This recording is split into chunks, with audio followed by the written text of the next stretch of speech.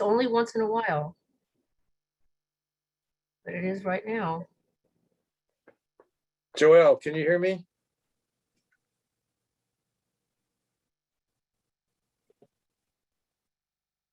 Okay, so I'm joined in by phone. I'm having some technical issues here. So, but you all could see me, correct? Yes. Yeah, Okay. Yeah, it was working earlier. I don't know what happened. Joel, this is George. Remove me from the panel. I'm just part of the audience today. Okay. Move over. Change role to attendee. And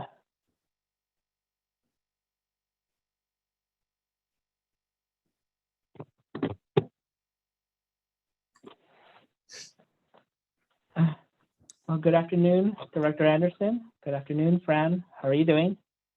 good afternoon. Can't hear you, Fran.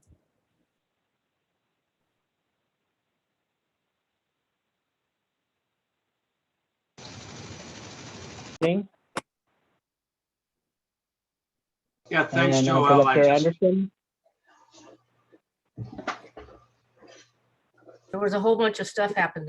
Did you say something to me, Joel? Yeah, Director Anderson. So I started recording the meeting, so we Okay. can begin now. So we can begin the meeting, right? Yes. We want to make sure that we're all here. Looks like Yep. we are. Easy Yeah, to do. Do a roll call. All right. So Director Edwards, Here. Director Roberson, Here. Chair Anderson. Here. All committee members are present. So at this time, we invite comment from the public on issues that are not on today's agenda. Public comments limited to 3 minutes. Do we have anybody who would like to make a comment on matters not on today's agenda? All right. So just signal to me by raising your hand or by pushing *9. And Chair Anderson, I do not see anybody with their hands raised. Okay. I have to move all my mess over here. So the first item is an action item. Consider adoption of the committee meeting minutes from May 6th. Public comment will be received on this issue. Please limit your comments to 3 minutes.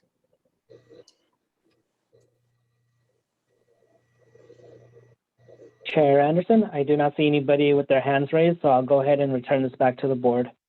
Okay. Move approval on the minutes. I'll second it. Okay, thank you. Are there any questions or additional comments? Okay. We can take a vote. Roll call. Yes.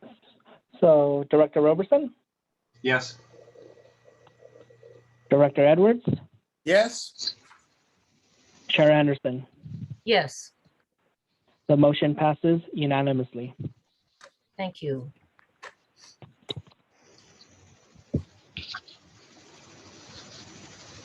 So we have two discussion items.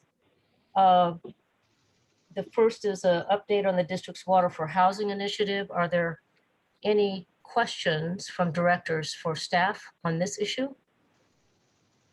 Well, let me give you a little overview first. Okay. We'll see where questions come from. A few things have happened on this front, but nothing definitive and major. On Friday of last week, myself, Stephanie Locke, our Sacramento consultants, Lori Johnson and John Arriaga, had a call with Josh Rosa, who is a deputy director at the State Housing and Community Development Department. This item had been referred to him from Melanie Coy, who is a junior person at HCD. And so we kind of walked through what it is we were asking for, reiterated that we're not asking for more water from the river, nor relief from the legal limits beginning January 1st of 2022. And he understood what it was we were looking for, asked a number of questions about the potential number of housing starts, and expressed an interest in it. We encouraged him to consider kind of a co-equal level discussion with Eric Ekdahl, who is the Deputy Director of Water Rights at the State Water Board, about the initiative. And he basically said he'll take it under consideration, finds it very compelling. And he requested a little bit more information, which Stephanie Locke provided him from an earlier staff note. We were hopeful we could provide him with a spreadsheet or an edited spreadsheet we had from the city of Monterey, but it's read only through Google Documents. So we're unable to edit it into a form that we could share it. But nevertheless, so we had that meeting. On Tuesday, I had a call with Steve Westoff of the State Water Board. I had 5 topics on my agenda. This was one of them. Item 3 on our agenda was one of the other ones, and then there were a few other things. With respect to housing, he did indicate that he and at least one other member of the state board did meet with staff of Senator John Laird on this topic. He indicated that there may be an alternate path, which I'll talk about in a second, based on a separate phone call. But he basically clarified that they're well aware of the need and the initiative, but they've done nothing to, in effect, schedule any discussion or workshop on it. They are pretty well inundated due to the dry year that we're having and other issues. So it's always easier for a regulator to kind of not say no, not say yes, but just pencil it in as something to get to. And that's kind of where it stands right now.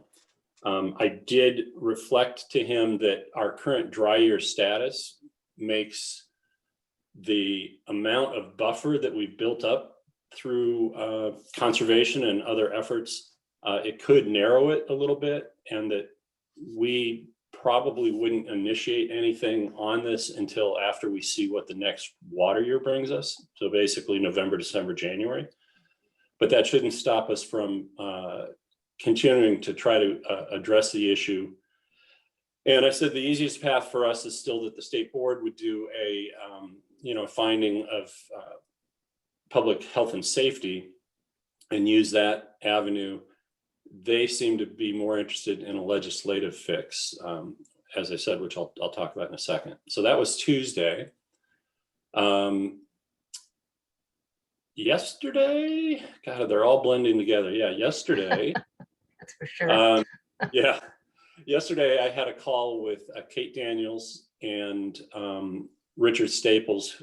Richard is Senator Laird's chief of staff. Kate is his kind of one of his local reps and the person on these kind of issues.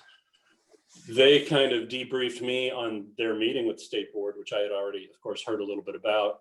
And then they filled me in on this potential alternate legislative path, which in 2005, there was an assembly bill introduced by Laird, then the assembly member, that addressed housing in kind of a local way. And there's some language in there, which I have not seen yet. They sent me a link to it on the legislative website, but the link was dead. So I'm trying to get it from a different source. But we did talk, at length for those of you who may have listened in on the legislative committee meeting. all the bills for the current year have been introduced. Many of them were killed a week ago, Thursday, in committee. So the only way to move anything forward in this legislative session is to gut and amend an existing bill, which is somewhat unlikely. So this would be, if there is a preference and a possibility of the legislative solution, it would be something that would get introduced in January, February of next calendar year. Nevertheless, we're going to pursue that and try to find what salient language in the 2005 proposed legislation was useful. One of the things that in all three meetings that was kind of reinforced is in 2005, there was a lot of talk and no action on housing. And the city councils as currently configured are different and are motivated, especially in our two largest cities, Monterey and Seaside, which is where most of these possible projects exist anyway. So we talked a little bit about the easiest path and the harder path, and sometimes you don't get the easiest path. But we do have time to stay on this. I don't foresee it breaking open in the next month. I did share with Kate and Richard I think it's about 16 letters of support. And Steve Westhoff also alluded to them. So we have, Land Watch, Monterey Bay Economic Partnership, a number of those. And then we've got about 8 individual letters from people in the community that have gone to the state board. So all of that's helpful, but it's all just kind of sitting in a holding pattern right now with no expected action soon. So there's that one. Any questions on that? That's about all I have to update on it. I have a question. And this is general housing. Are we talking about the Garden Road, or is there? Yeah, so it's general housing. It's geared towards affordable, which means there has to be an element of either moderate, low, or very low income housing in a proposal. The way we've couched it is that doesn't preclude mixed use development, and it doesn't preclude the 20% or 25% affordable element of a market rate project. So, and the reason for that is, while we would love 100% affordable, you've either got to have a strong foundation behind it or a city with a bank of available funds to help subsidize it. It's very challenging to get a typical developer to look at a 100% affordable project because it's challenging to make money at. So the nonprofits like Mid-Peninsula Housing and some of the others that have shown an interest on the peninsula may have some projects. And in fact, there's 4 proposed projects on city-owned property, which I think all came from either Mid-Peninsula Housing or another nonprofit housing developer. So, it's possible, but it's just not prevalent that you'll see 100% affordable. So, we've stated that we're open to looking at anything, but what we really need is the dialogue back that says, like the state's concern, and CalAM's letter of non-support was a little wishy-washy in that they kind of wrote it as, well, if the district means this, then we don't support it and we have a problem with it. But if the district means that, then, and so this is getting more water from the river, which we didn't mean, and they could have solved that question by just calling me. But they did say that, we're dangerously close once the legal limit is applied beginning January 1 for Carmel River withdrawals. We could be very, very close to supply equals demand. And so increasing any demand, could tip that equation. And we're very aware of that. And we're very concerned about it as well.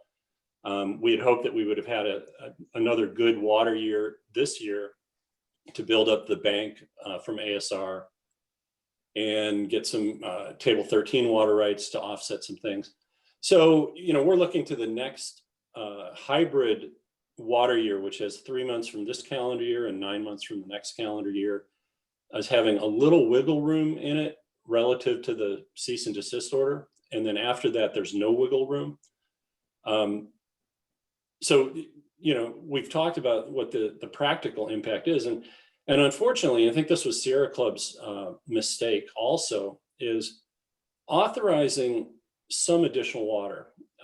We've asked for 75 acre feet, but if we had a conversation with the state board and it came back and they either wanted more restrictive use on only affordable or 50% affordable or something like that, we could have that conversation. And if they said, well, we're worried about the math, we don't want you violating the cease and desist order, 75 is too much, we would consider 30 acre feet. Well, that's a plus too. I mean, that still gets you a number of projects done. So we'd love to get to that conversation so we could clarify really what the issues are. But this, doing the math is an issue. But here's where people are concerned about that mathematics make the mistake, is what we're trying to do is clear the runway so that there isn't a future regulatory action on a project. Because if you authorize a project, it's not going to get done for 2 years. You've got design, permitting, construction. So, you can't turn the tap and actually access that water for, a couple years. And we're talking about trying to authorize projects for basically a 30 to 36 month period, waiting for a new water supply to come online. So the problem is not the incremental addition of water. And the Sierra Club treated it as if, oh my gosh, that's going to happen in January of next year and you're going to have 75 new acre feet.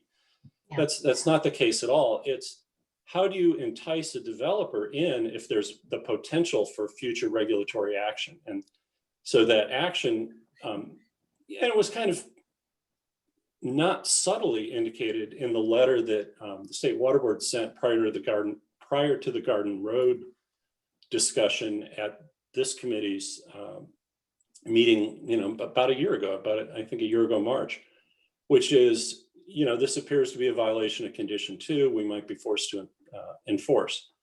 Well, how do you enforce? You don't enforce on the city of Monterey. You don't enforce on the developer.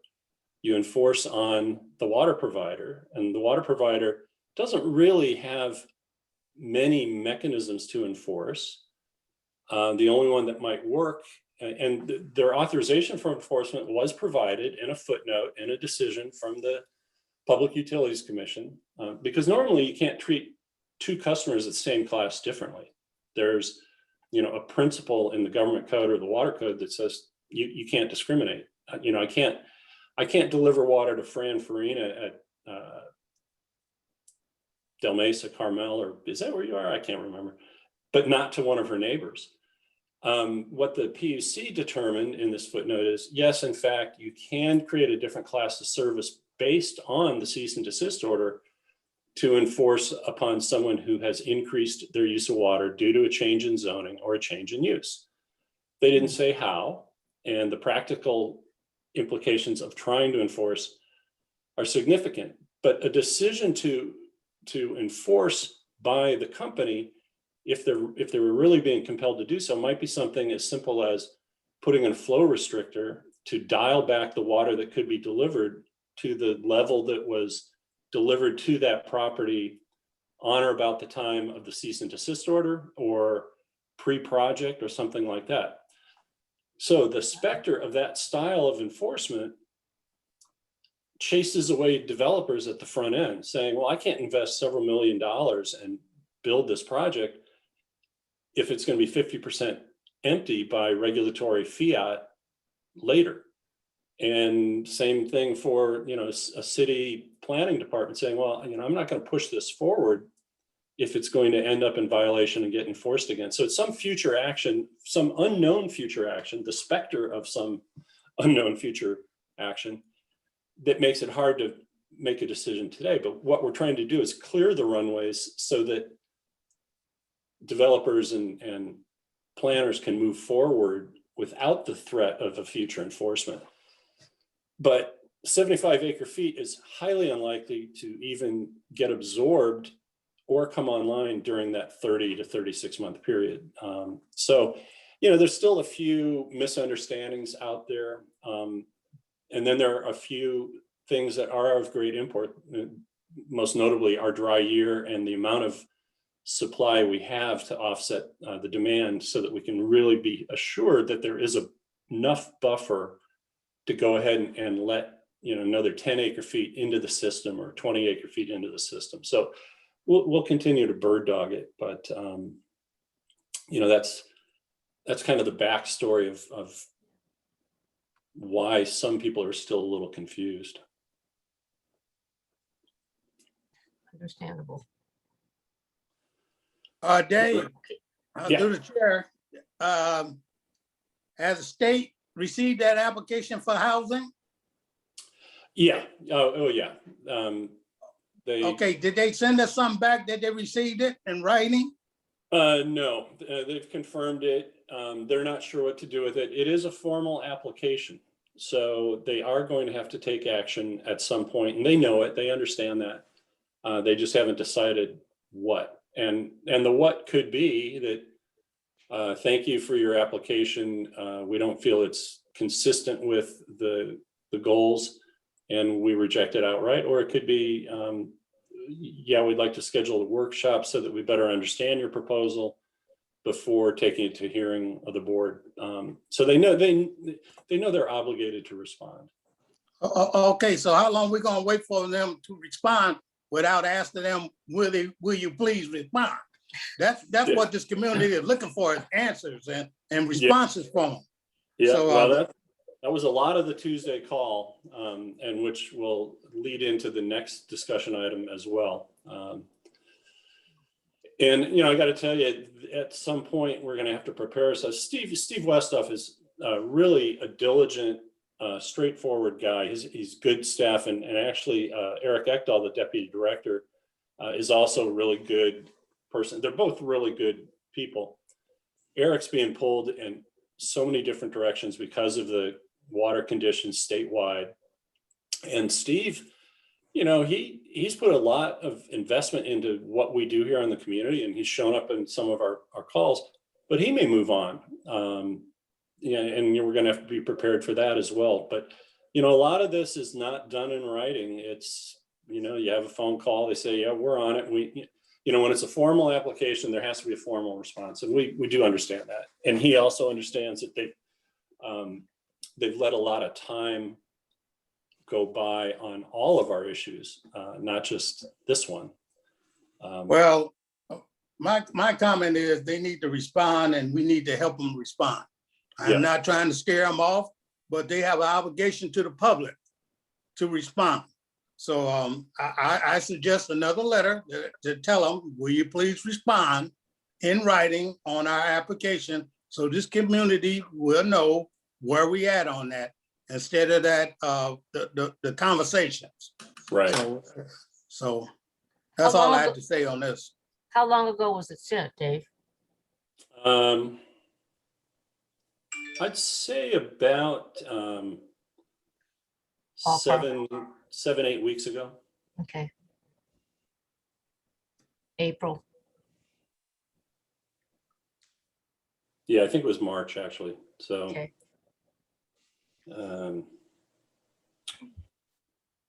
Yeah, let's see. I'm just, I don't have it at the tip of my fingers here. Sorry about that. Okay. No. Yeah, so that's all of the news that's fit to print on discussion item 2. Okay. Are there any members of the public who wish Yeah. to comment on this Yeah, I item? think- I'm We sorry. have John Tully on the line. Who would like to make public comment on item number 2. So let me share my screen here.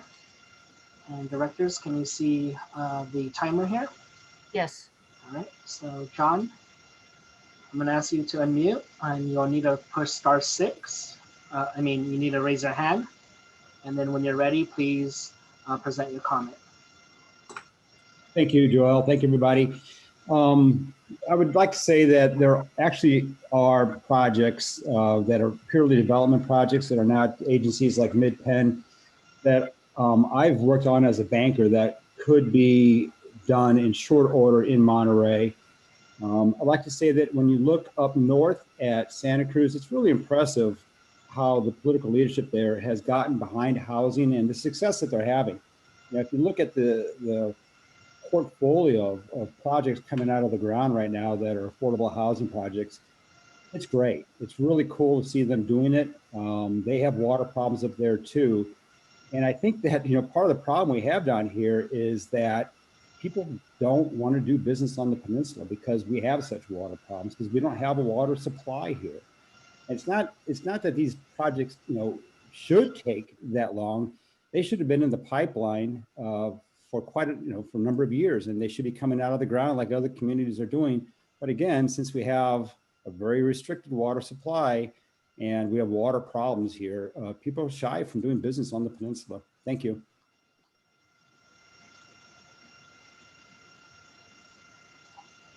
Thank you. And Chair Anderson, I do not see anybody else who wishes to make public comment at this time. Okay, is there any further discussion from the board?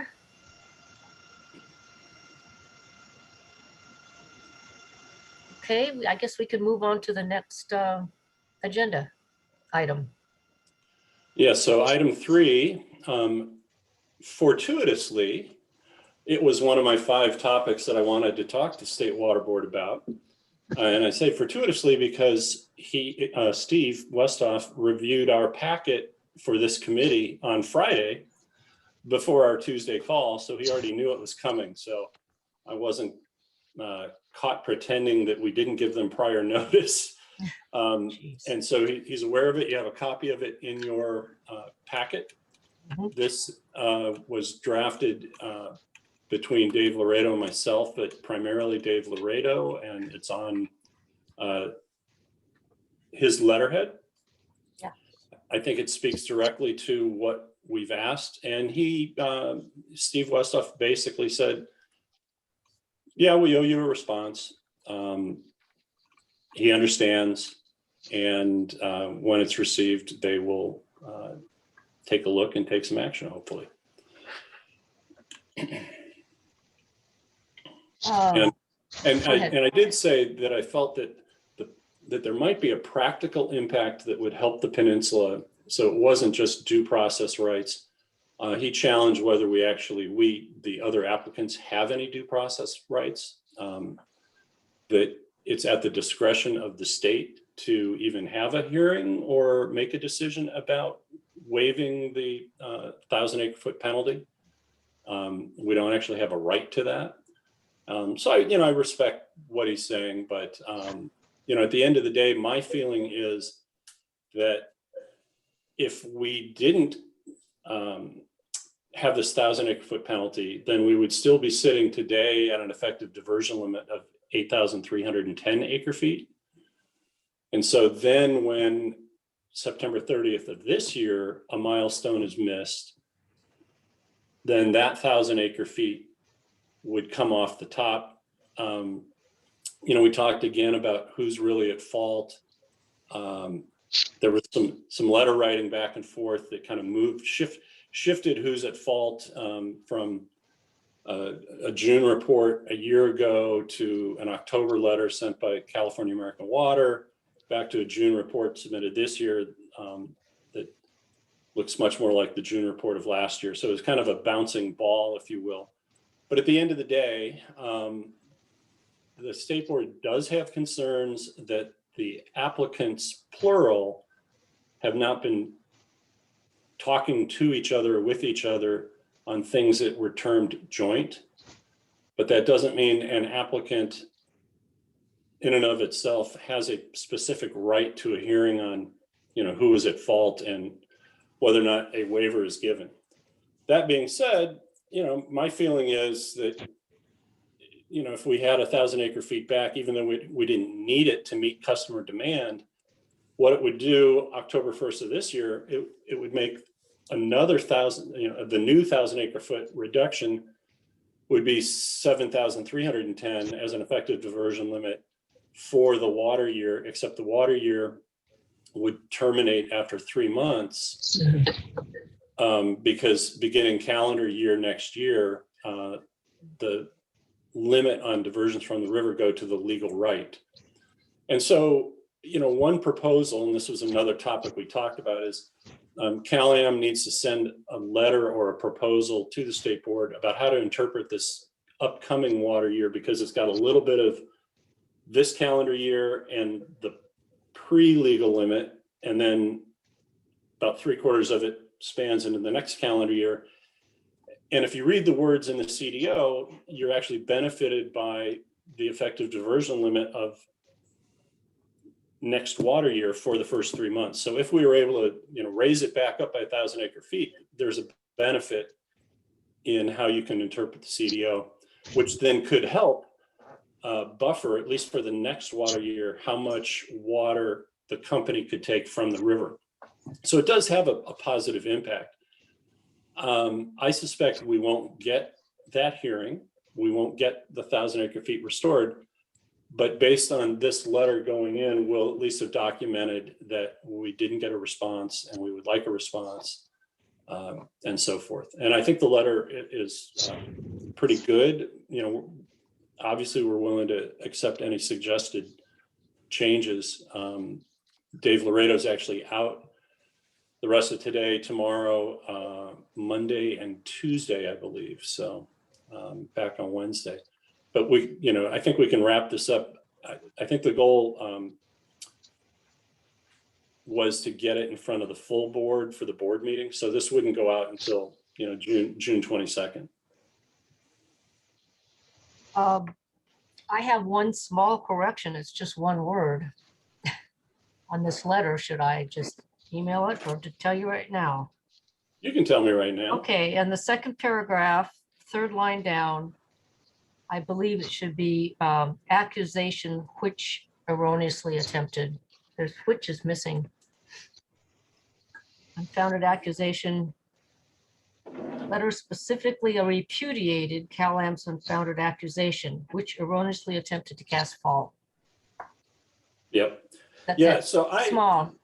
I just finished an 8-page memo for LAFCO this morning, which Dave Laredo provided a ton of edits, and I'm beginning to understand his method of writing and speaking. And he may, in fact, have wanted it to read this way, but I like what you've just said. Okay. Yeah, I tried to make it work. I couldn't make it work without the which. Yeah. Let me make sure that I understand, if I may ask a question now. If we don't get the 1,000 acre feet rescinded, then starting October, that's when the next deadline is, Correct. there would be an additional 1,000 acre feet penalty. Yep. And when we get to January 1st, 2022, then we're at the legal limit. So then it goes down, and that's as far as it's going to go down. Is that right? That is correct. And the state board has kind of suggested that this number that we all hold on to that came from a calculation in order 9510 of 3,376 may or may not actually be set in stone. So while we and the company and others in the community hold on to that 3376 number, to radically change that number would take quite some time at the state board. But I'm just relaying to you that that's what we're hanging our hat on, and that's how we're calculating what the legal supply is. But they don't necessarily fully agree. And there's different reasons for that that we can talk about in a different forum. But if that's not the number, and if it's in reality some lesser number, then that's an additional burden on the community. But the way you portrayed it is correct. And so if, for example, you were to say, oh, well then for next water year, we're going to have 25% at 6,310 acre feet and 75% at 3,376 acre feet, then at least for that one transitional year, the company could take over 4,000 acre feet from the river. And there's also an aspect of the cease and desist order that allows carryover credit for years where we outperformed. And so Cal-Am took less than their effective diversion limit. They get a credit of up to 750 acre feet per year. Well, because a portion of the water year is happening, or a portion of the water year happens in this calendar year, and you could actually take carryover credit in that water year. There's a regime where you could actually be better off using those 3 months of this calendar year, interpreting the language of the CDO favorably before going to just the bottom line number January 1st. And so that's one of the other issues, I've been trying to keep track of, but it's really in Cal-Am's hands at this point to make a proposal that the state board can respond to. But, from our standpoint, I think we'd all kind of like to know what is our approximate limit for this next water year so that we can look at banked ASR water, availability from seaside, availability from the river, and Pure Water Monterey. We're looking at running Pure Water Monterey a little harder with the new deep wells that'll come online during this water year, and so forth. So there's a need to know the answer, even though they could not answer this one other than we're sticking with the 1,000 acre foot reduction. We're not going to give you a hearing on fault and we're not going to waive it. They could tell us that, but we also need to know where we're going next year, which is a separate issue than this letter. But I believe this letter satisfies the need. You've given me an idea here. It sounds like a great thing to put out to the community math teachers for the high schools and say, okay, who can solve this? And you're going to win a big prize. And that's really something. Wow. Okay. So I'll get back to that. Any questions from the other directors? Yes, through the chair. Do we have to send this to the executive director? Can we send it to the chair of that state water board? It will go to the chair, but the December letter was addressed to the executive director. Okay. Yeah. My next question is, can we talk to the mayors and CC the mayors on this letter and CC Pebble Beach on this letter? Right. And can we work with them, since we're the district water board, to solve it? Since they piecing out who they can have a hearing and who can't have a hearing, I believe the board should take that responsibility for the mayors, for the cities, and because the cities are represented on the board, and Pebble Beach. So can we CC them, make sure they get CC? Uh-huh. Yeah, I think our December letter had a very, very extensive CC list. We'll make sure. I like all those people to be CC'd and copied on us if they have anything. And I think the district itself should work towards that, getting that hearing. I'm disappointed in the state that they wasted time, it's 6 or 7 months besides getting us a hearing so we can get prepared. And now they're going to try to, give us an answer. I would like to get that answer, whichever way it is, we're entitled to that answer. So if they're not going to reestablish the 1,000 acre feet, they need to let us know. And they would have let us know it earlier. We could start working on the problem a little bit more earlier. I know you've been working on it with Cal-Am, but hey, the state shouldn't have did what they did. And another thing, you could CC the governor for me if you wanted to, if the board decides that. Put some fire to them. They appointed anyway. That's all I just- got before I get too hot. And just so everybody knows, there is, I won't call it a typo, but on the second page of the letter, there's a line gap. And that's because when we put in the exhibit 3A on the first page, it moved everything down. And so it just didn't carry forward. So it moved a sentence from Yeah. the first page to the second page. So that'll get corrected as well.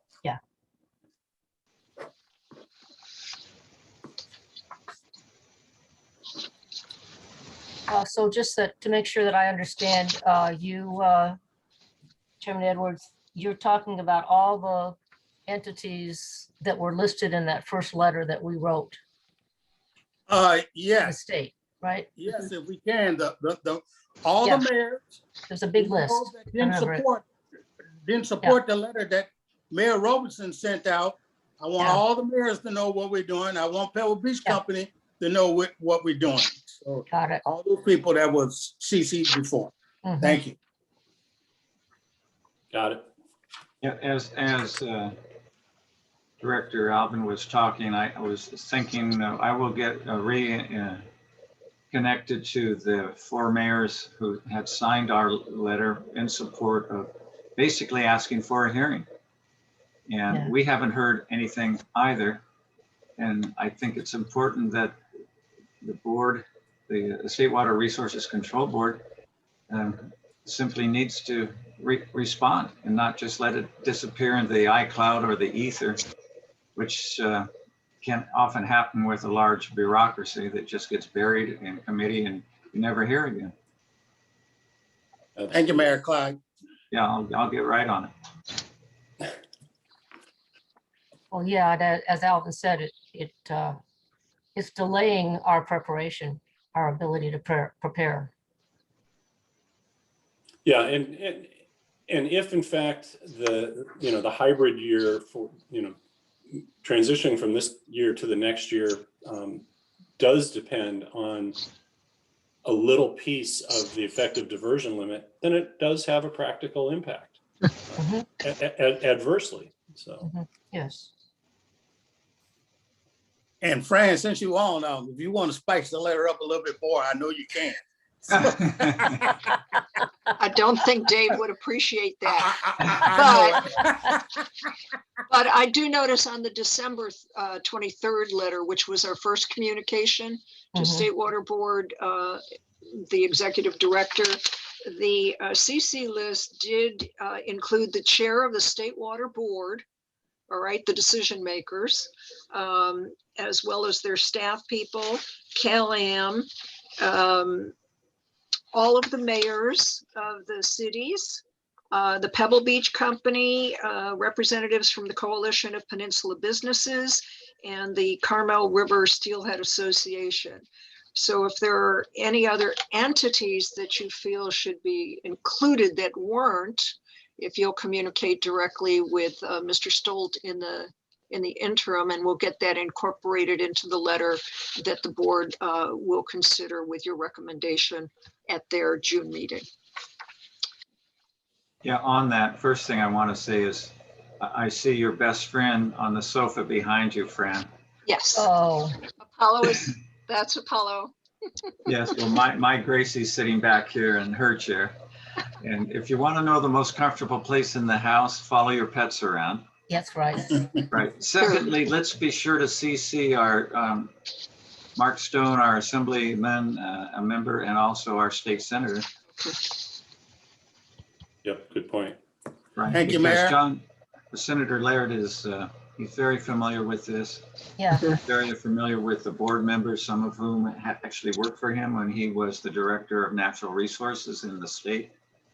And I think it's a team effort. We're not really trying to do anything nefarious. It's simply, look, things haven't fallen into place. Nobody's fault. Can we have a hearing? Let's have the discussion at the very least. And Yeah. let's come. Yeah, it's not doing anybody any good just to let this sit on a desk someplace, as they say. Yeah, Thank one you. thing I want to add too is I've been told that people tune into our meetings to hear my voice to put their pets to sleep. Well, You can see, Dave, that Apollo is resting very comfortably.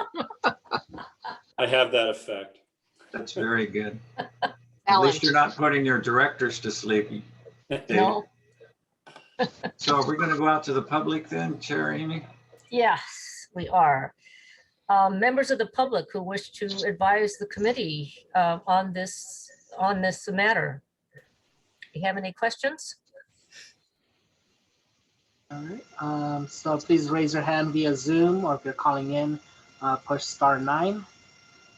And Chair Anderson, I do not see anybody with their hands raised. Okay, thank you. If there's not any further discussion from the committee, then the meeting can Is be there a adjourned. excuse me, I'm Madam Chair, sorry. is there a recommendation from the committee to the board for the June meeting on this letter? Yes, I move that the committee approve this letter and send it to the full board. Yeah, we don't need a motion and second. We just need general direction, which Yeah. and if Chair Anderson just Yes. says, yes, you're directed to bring it, it'll get agendized. Yeah, let's bring it to the board. Okay. Thank Thank you. All the, Thank you. and to all the people that Director Edwards suggested, and the ones added by Director Roberson.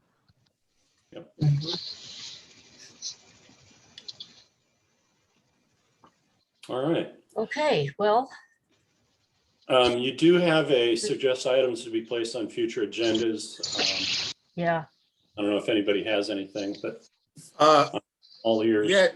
yeah, Dave, when we're gonna start hearing those rules and the regulations that need to be updated, like on rationing?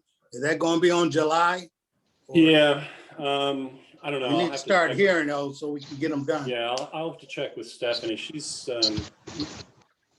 I know when we were in the office, she'd have on her whiteboard kind of a running list of things that need to get fixed or updated in the rules and regs, but I don't know when she's gonna be ready. Okay, thank you. And Fran, thank Dave for the letter. Will, thank you very much. okay, All I right. guess we are, I guess the meeting is adjourned. All right. Excellent. Anything else? Thank Okay. you. All right. Always a pleasure to be with you. Same here. Good Okay. night, See you at the everybody. next one. Good Bye-bye. evening.